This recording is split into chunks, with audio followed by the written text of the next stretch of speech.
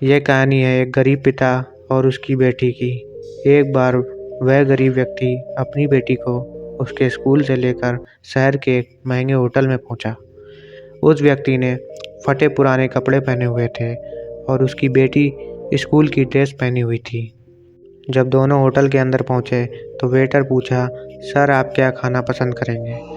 आप अपना ऑर्डर बता दीजिए। तब उस व्यक्ति ने कहा कि आप मेरी बेटी के लिए एक प्लेट पाव भाजी लेकर के आ जाइए बस। वेटर ने कहा, सर आप कुछ नहीं लेंगे, आपके लिए भी कुछ लेकर आऊं? तो गरीब व्यक्ति ने कहा, मेरे लिए कुछ नहीं, आज मेरी बेटी के लिए पार्टी है।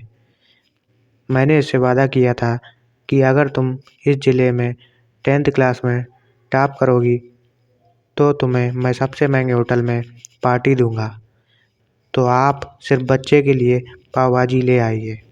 वेटर ये बात सुनते ही दौड़कर अपने मालिक के पास गया और बोला कि सर आपसे एक छोटी सी विनती है कि आप मेरी सैलरी से पैसा काट लेना, लेकिन आज मैं चाहता हूँ कि उस बच्ची के साथ उसके पिता को भी एक प्लेट पाव भाजी खिलाई जाए, क्योंकि उस बच्ची ने पूरे ज़िले में 10वीं में टॉप किया है।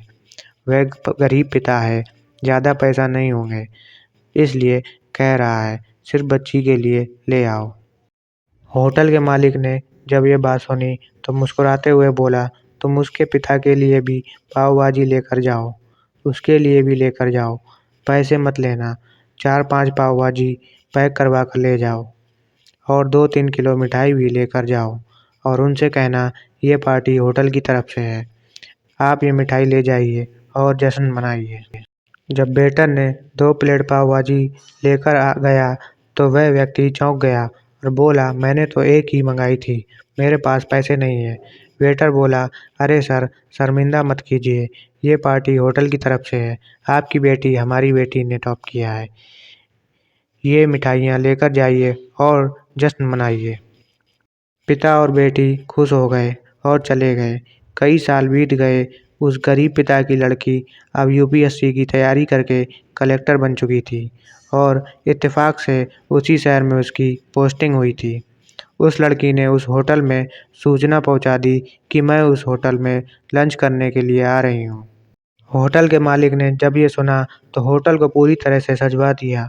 गांव में ये बात पूरी तरह से फैल गई और कस्बे के सभी लोग उन्हें देखने के लिए आने लगे। कलेक्टर अपने पिता के साथ उस होटल में पहुंची।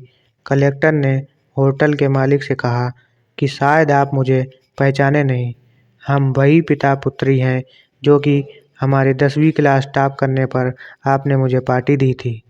हम वही पिता पुत्री हैं, आज फिर से आए हैं और आज पार्टी हम देंगे आपको, आपके पूरे स्टाफ को और पूरे गांव को, क्योंकि आपने गरीबी का सम्मान किया है।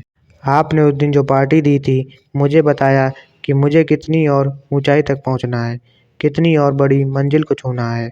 आपने एक नई प्रेरणा दी थी और आज मैं उसी प्रेरणा का एहसान चुकाने के लिए आई हूँ।